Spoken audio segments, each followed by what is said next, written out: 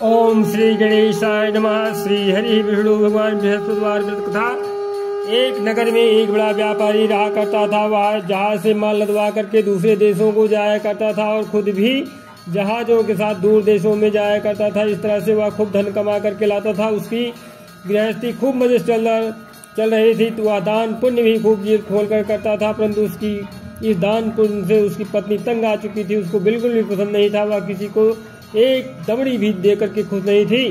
एक बार जब वह सौदागर माल से जहाज को भर करके किसी दूसरे देश को गया था तो पीछे से बृहस्पति देव भगवान जो है साधु का रूप धारण करके उसकी कंजूस पत्नी के पास पहुंचे और भिक्षा की याचना की।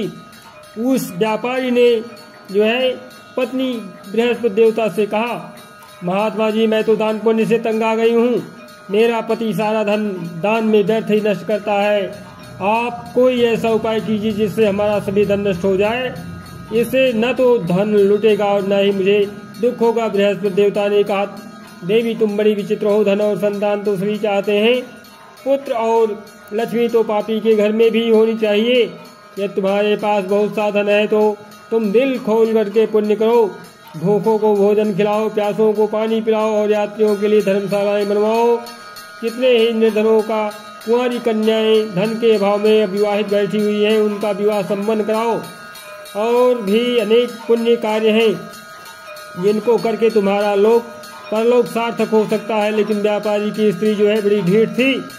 उसने कहा, महात्मा जी, मैं इस विषय से आपकी कोई बात नहीं सुनना चाहती हूँ। मुझे ऐसा कोई उपाय बता दीजिए जिससे हमारा सारा धन नष्ट हो जाए। बृहस्पति देव भगवान बोले, तुम्हारी ऐसी इच्छा है तो फिर ऐसा ही होगा। तुम 7 बृहस्पतिवार को घर को गोबर से लीप करके पीली मिट्टी से अपने केसों को धोना, भोजन में मांस मदिरा ग्रहण करना, कपड़े धोना, बस तुम्हारा सारा धन नष्ट हो जाएगा।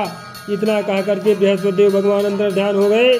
उस औरत ने बृहस्पति देवता के कहे अनुसार 7 बृहस्पतिवार को ऐसा ही करने का निश्चय किया। किंतु 6 गुरुवार बीतने पर ही उस स्त्री का संपूर्ण धन नष्ट हो गया और वह स्वयं भी परलोक सिधार गई। उधर जो है माल से भरा उसका पति जहाज द्वारा जो है समुद्र के मार्ग से आ रहा था और उसी में डूब गया। उसने बड़ी मुश्किल से लकड़ी की तख्तों पर बैठ करके अपनी जान बचाई। वह रोता धोता अपने नगर में वापस पहुंचा। वहां जाकर के उसने देखा कि उसका सब कुछ धन नष्ट हो गया है। उस व्यापारी ने अपनी पुत्री से सब समाचार पूछा। लड़की ने पिता को उस साधु बृहस्पति देवता वाली पूरी कहानी कह दी।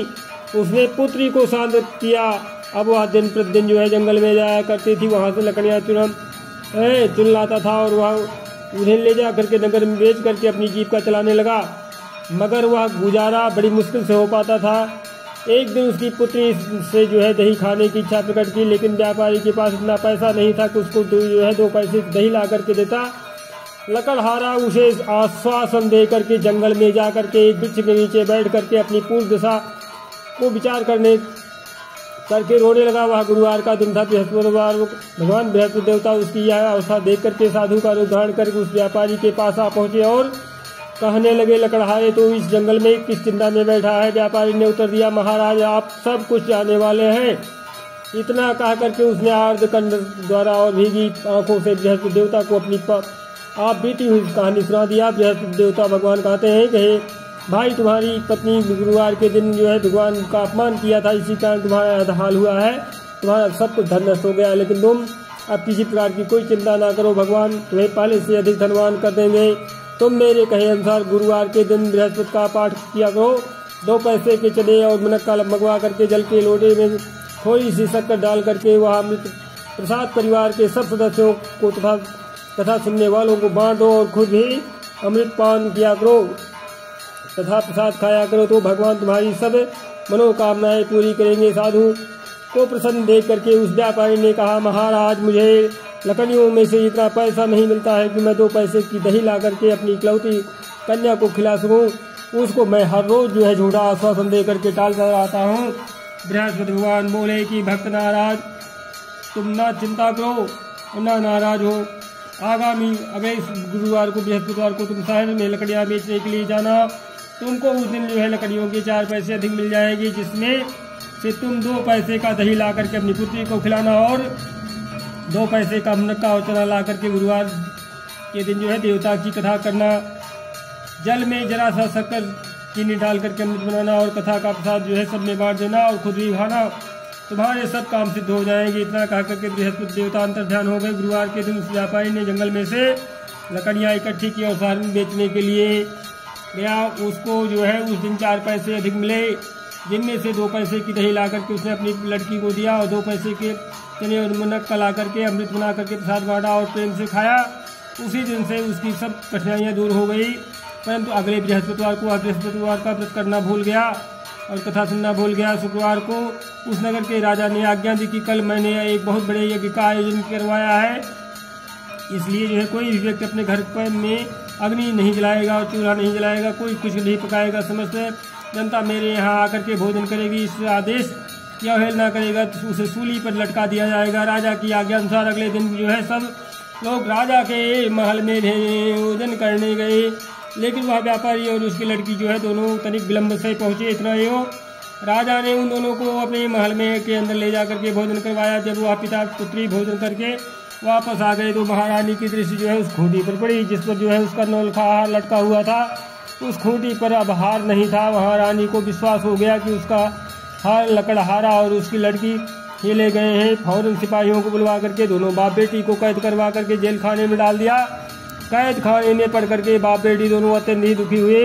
वहाँ इन्होंने बृहस्पति देवता का स्मरण किया। बृहस्पति देवता वहीं प्रकट हो गए और व्यापारी से कहने लगे, महाराज भक्तराज, तुम पिछले सप्ताह बृहस्पति देवता की कथा करना भूल गए थे, इसलिए तुम्हारा यह हाल हो गया है। परंतु तुम किसी प्रकार की कोई चिंता न करो, बृहस्पति देवता जो है प्रसन्न हो जाएंगे। बृहस्पतिवार के दिन कैद खाने के दरवाजे पर तुम्हें 2 पैसे पड़े मिलेंगे। तुम उसे पैसे उठा करके चने और मुनक्का मंगवा लेना और फिर विधिपूर्वक से बृहस्पति देवता का पूजन करना और कथा करना, तुम्हारे सभी कष्ट दूर हो जाएंगे। बृहस्पतिवार के दिन उस व्यापारी को जेल के मुख्य द्वार के पास जो है 2 पैसे पड़े हुए मिले। बाहर सड़क पर एक स्त्री जा रही थी। व्यापारी ने उसे बुला करके कहा कि बाजार से उसे 2 पैसे के मुनक्का और चना ला करके दे दीजिए ताकि मैं बृहस्पति देवता का कथा कर सकूं। इस पर जो है उस स्त्री ने कहा, मैं अपनी बहू के लिए कपड़े सिलवाने जा रही हूँ, मैं बृहस्पति भगवान को क्या जानूँ। इतना कह करके वह औरत वहाँ से चली गई। थोड़ी देर बाद वहाँ से एक और स्त्री निकली। व्यापारी ने उस स्त्री को बुलवा करके प्रार्थना की, बहन, तुम मुझे बाजार से 2 पैसे का चना और मुनक्का ला कर दे दो, मुझे बृहस्पति देवता की कथा करनी है।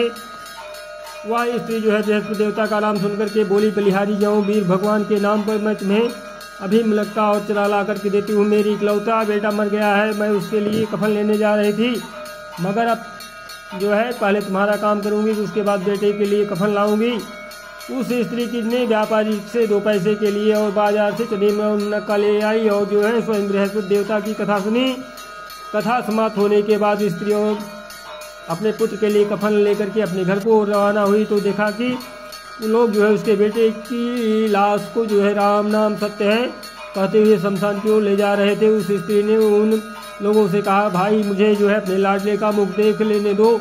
लोगों ने अर्थी को जमीन पर रख दिया। तब उस स्त्री ने जो है अपने मृत पुत्र के मुख में प्रसाद और अमृत डाला। प्रसाद और अमृत के मुख में पड़ने से के साथ ही उसका पुत्र उठ बैठा और अपनी माता को गले से लगाकर मिला। दूसरी स्त्री जिसने जो है बृहस्पति देवता का निरादर किया था, तो जब वो अपने पुत्र के विवाह के लिए जो है कपड़े लेकर के वापस लौटी और उसका पुत्र जो है घोड़ी पर बैठ करके बारात में निकला, तो घोड़ी ने ऐसी छलांग मारी कि वह जमीन पर आ गिरा तथा बुरी तरह से घायल हो गया और कुछ ही क्षणों के पश्चात जो है मर गया। तब वह स्त्री रो रो करके बृहस्पति देवता से कहने लगी कि हे देव, मेरा अपराध क्षमा करो, मेरे अपराध क्षमा करो। उसकी प्रार्थना सुन करके बृहस्पति भगवान ने साधु का रूप धारण करके कहा और कि उस स्त्री से बोले कि हे देवी, अधिक विलाप करने से कोई आवश्यकता नहीं है। तुमने जो है गुरुवार यानी बृहस्पति देव का अपमान किया है, भगवान का अपमान किया, जिसके कारण जो है इसका परिणाम तुम्हें मिला है। तुम जेल खाने के पास जाकर के भक्त से क्षमा याचना करो, उससे जो है सब कुछ ठीक हो जाएगा। वह स्त्री फिर जेल खाने पहुंची और जो है मुख्य द्वार के पास जाकर के उस व्यापारी से हाथ जोड़कर कहने लगी, भक्तराज, मैंने तुम्हारा कहा नहीं माना, मुनक्का और चने ला करके तुम्हें दे दिए हैं। इससे जो है गुरुवार देवता मुझसे नष्ट हो गए हैं, जिसके कारण मुझे मेरा इकलौता लड़का घोड़ी से गिर करके मर गया है। व्यापारी ने कहा, माता तू चिंता मत कर, बृहस्पति देवता का सब कल्याण करेंगे। तुम अगले गुरुवार को जो है अगले बृहस्पतिवार को देवता की कथा सुनना। तब जो है अपने पुत्र के शव को जो है फूल और इत्र और संबंधित घी पदार्थों में रख दो। उस स्त्री ने ऐसा ही किया। बृहस्पतिवार का दिन भी आ पहुंचा। वह 2 पैसे के नक्का उचरे लेकर के पवित्र जल लौटे भर करके जेल के द्वार पर आ गई और श्रद्धा के साथ बृहस्पति देवता की कथा सुनी। जब कथा समाप्ति हुई तो अमृत व प्रसाद लेकर के अपने मृत पुत्र के मुख में डाला। अचानक उसकी सांस आने लगी और वह उठ करके खड़ा हो गया। पुत्र को लेकर के वह महिला खुशी से अपने घर को रवाना हुई और बृहस्पति देवता के गुण गाने लगी। उसी दिन रात्रि में राजा को बृहस्पति देवता ने स्वप्न में दर्शन दिया और कहा, हे राजन, तूने जिस व्यापारी और उसकी पुत्री को जेलखाने में बंद कर रखा है वह दोनों निर्दोष हैं। अब दिन निकलने के साथ ही दोनों को जेल से रिहा कर दे और तेरी रानी का नौलखा हार उसी खूंटी पर लटका मिल जाएगा। दिन निकला तो रानी ने अपना हार खूंटी पर लटका देखा। राजा ने उस व्यापारी को जेल से रिहा करके अपने अपराध के लिए उससे क्षमा मांगी और उसको अपना आधा राज्य दे करके तथा उसकी लड़की का उच्च कुल में विवाह कर दहेज में हीरे जवाहरात दिए। बृहस्पति देवता ऐसे ही हैं जैसे जिसकी मनोकामना होती है उसकी मनोकामना पूर्ण करते हैं। इस व्रत को करने से व्यक्ति रोग मुक्त हो और धनवान हो जाता है, निपुत्र पुत्रवान होता है, यश व ऐश्वर्य की वृद्धि होती है, जीवन सुखमय होता है, मन की चिंताएं दूर हो जाती हैं। जो कोई श्रद्धा और प्रेम से बृहस्पति भगवान की कथा पढ़ता है और दूसरों को सुनाता है उसकी समस्त इच्छाएं मनोकामनाएं पूर्ण हो जाती हैं। बोले बृहस्पति भगवान की जय। प्रथम कथा संपूर्ण हुई। जय जय भगवान बृहस्पति।